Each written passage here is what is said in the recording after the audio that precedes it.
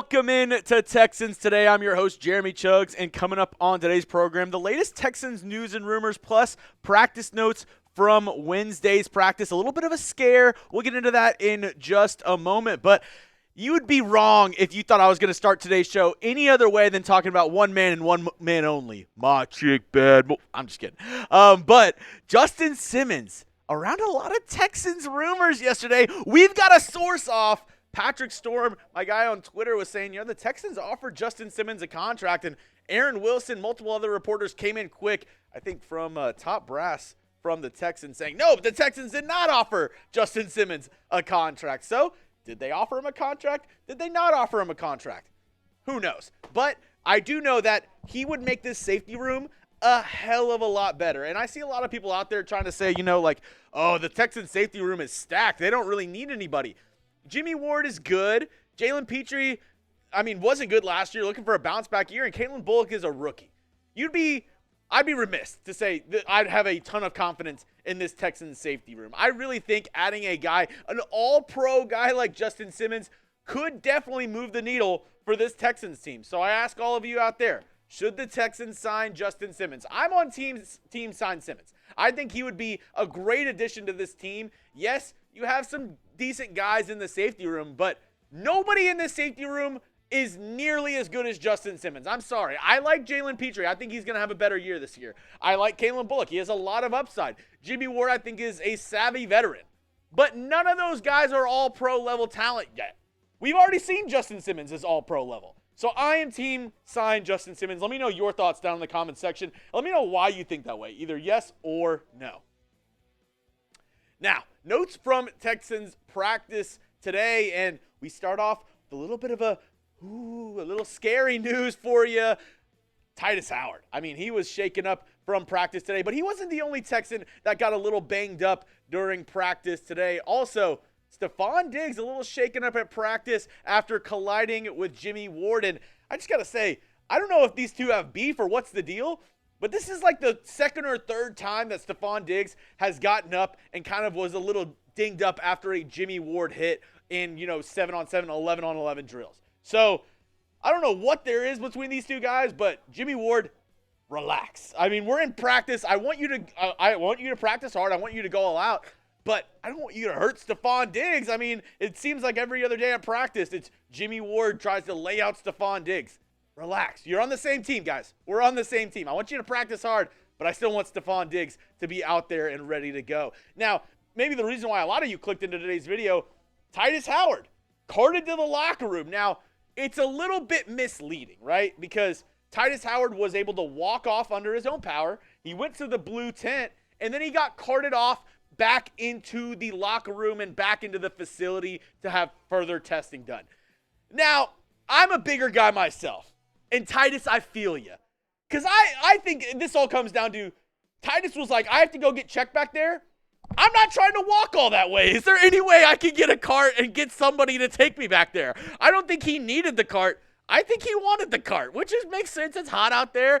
Aaron Wilson reported this. Tytus Howard leaving field with trainer, walked under his own power, headed inside on a golf cart for further examination. And everybody was freaking out because all they heard was Tytus Howard on a golf cart. Tytus Howard taken away, carted off. And Tytus Howard responded himself later on Twitter. He said, dang, I thought I walked off the field, which he did. He walked off the field, went into the blue tent, and then was carted back into the locker room. Like I said, this is just big guy moves, big back moves right here. This is, you don't want to walk back to the locker room. You're like, hey, we have a golf cart for a reason. Let me catch a ride on that. You can't lie. You've always, seen those guys on the golf carts at, big events, big sporting events, and you're like, damn, can I kind of catch a ride? I'm not trying to walk all the way to the stadium. That's kind of what I think happened with Tytus Howard here. Obviously got injured, got a little banged up on the play, but he didn't need the cart. It's a big back move. He wanted the cart. Shout out to you, Tytus. I know you weren't injured like that. Cody Stutes then went on to say Nick Broker playing right tackle as Tytus Howard is out and walked off the practice field to the sideline. Well, this is pretty big news because you're like, why is Blake Fisher not playing that right tackle spot once Tytus Howard's out? Well, Blake Fisher is stepping in for Laramie Tunsil at left tackle. So while he's playing left tackle for Laramie Tunsil, they needed Broker to step in at the right tackle spot. So this Texans offensive line all mismatched right now during training camp, but I think it's going to be perfectly fine. Laramie Tunsil should be good to go for week 1, but they're trying to be extra safe with the all-pro left tackle. Now, this comes off the heels of the Texans signing Cameron Irving earlier this week, the veteran offensive tackle, and good thing the Texans, were able to add a little bit of depth to this offensive line room. We kind of learned our lesson from last year when everybody got banged up in the training camp in the preseason. You need that depth at the offensive line spot. So, little tip of the cap to Caserio. Good job on signing some more offensive line depth. And a good thing that we drafted Blake Fisher. I was in the camp. I was in, Twitter spaces with my guy VT. Shout out to the Texans 22 podcast. They do a lot of Twitter spaces. And I was in there pre-draft saying, Texans are going to draft O-line with one of their first 2 picks. I promise you the Texans are adding to their O-line with one of their first 2 picks. What did they do?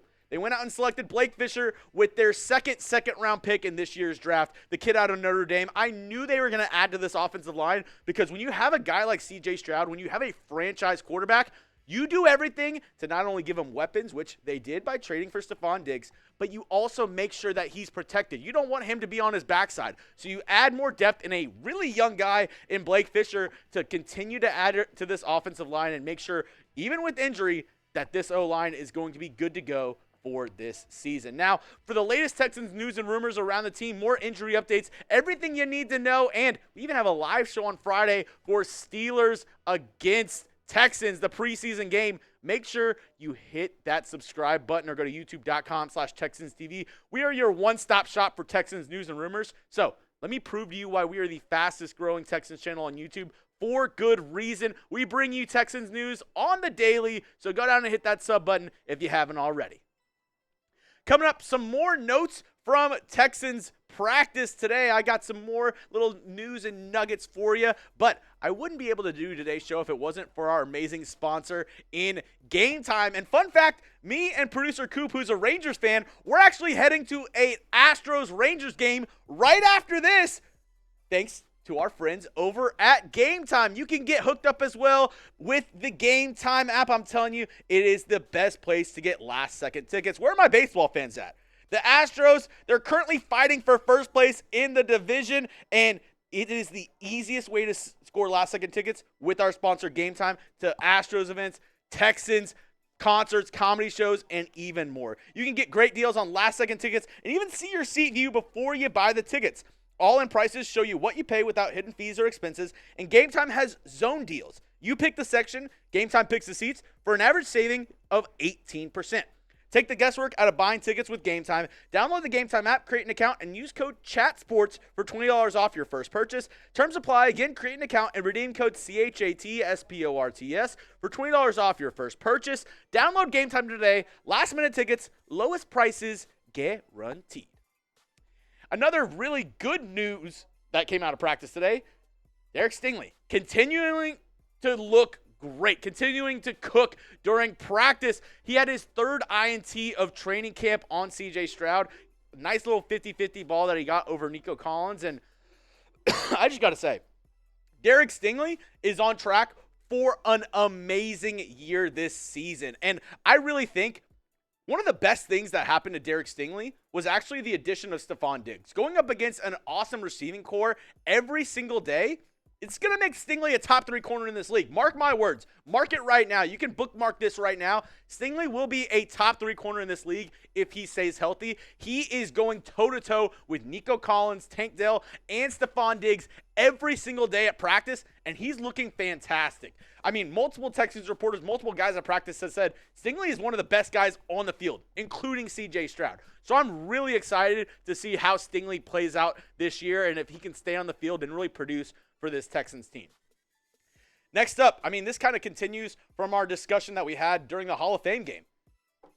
Xavier Hutchinson kind of moving up the depth chart. Like, he looks really good at practice again today. He's looked good all throughout the week, was one of the best players, was the best receiver, in my opinion, in that Bears Hall of Fame game, and he continues to kind of climb up the depth chart. And while he kind of climbs up, kind of looks like John Metchie III is kind of dying down the hype a little bit. He was wide open today, dropped the ball that should have been caught. I mean, obviously, it was a little underthrown, so you can't put it all on Metchie. But his hype is kind of dying down as Xavier Hutchinson's hype is kind of going up, in my opinion. Both these guys fighting for that wide receiver 4, 5, and 6 position. Like I said, we know the Texans have 3 wide receiver 1s. They have their top 3 guys. But who's after them? It really comes down to guys like Noah Brown, John Metchie, Xavier Hutchinson, Ben Skowronek, Robert Woods. Even though everybody and their mother wants them to release Robert Woods, he's still in the competition. You have Steven Sims as well. So a lot of guys up for contention for that 4, 5, and 6 spot on this roster. So I ask you this. I think both these guys have a chance to make the team. Who do you think has the bigger impact for the Texans in 2024? Do you think it's Xavier Hutchinson, type 19, or do you think it's John Metchie III, type 8? Let me know what you think down in the comment section. The more I see Xavier Hutchinson, the more I like this kid out of Iowa State. He is a baller. So let me know your thoughts down below. I still believe in John Metchie. I still think he can be a really good player. I don't know. I think it's a little bit of a toss-up. Let me know what you think down below. And lastly, OC Bobby Slowik was talking about the running back room, and the running back room's getting a little bit interesting in my opinion. He did say, Joe Mixon, he's still our RB1. He's really hoping that Joe Mixon is able to get back out there sometime soon, and there's a reason why the Texans traded for him this offseason. Obviously, he's a really good running back and a proven guy from Cincinnati.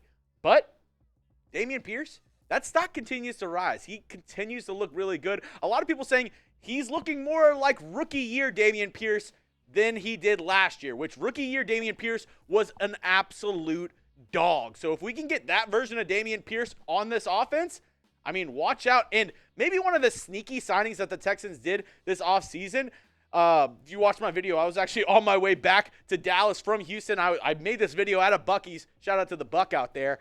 But Cam Akers, a sneaky good signing in similar offenses before whenever he was with the Rams and Sean McVay. And Bobby Slowik kind of alluded to that, saying, hey, Cam Akers, he's very familiar with this style of offense and what we want out of him. His vision and cutting ability is what we want. So Cam Akers maybe sneakily going to make an impact on this team this year. I don't know. He looked really good in the preseason game as well. As always, follow me on Twitter at Jeremy Chuggs. My DMs are always open if you want to continue to talk ball. And make sure you hit that subscribe button to grow the fastest growing Texans channel here on YouTube. Hey, we bring you the content. All you got to do, hit that sub button. It's 100% free, so you get daily content around your Houston Texans.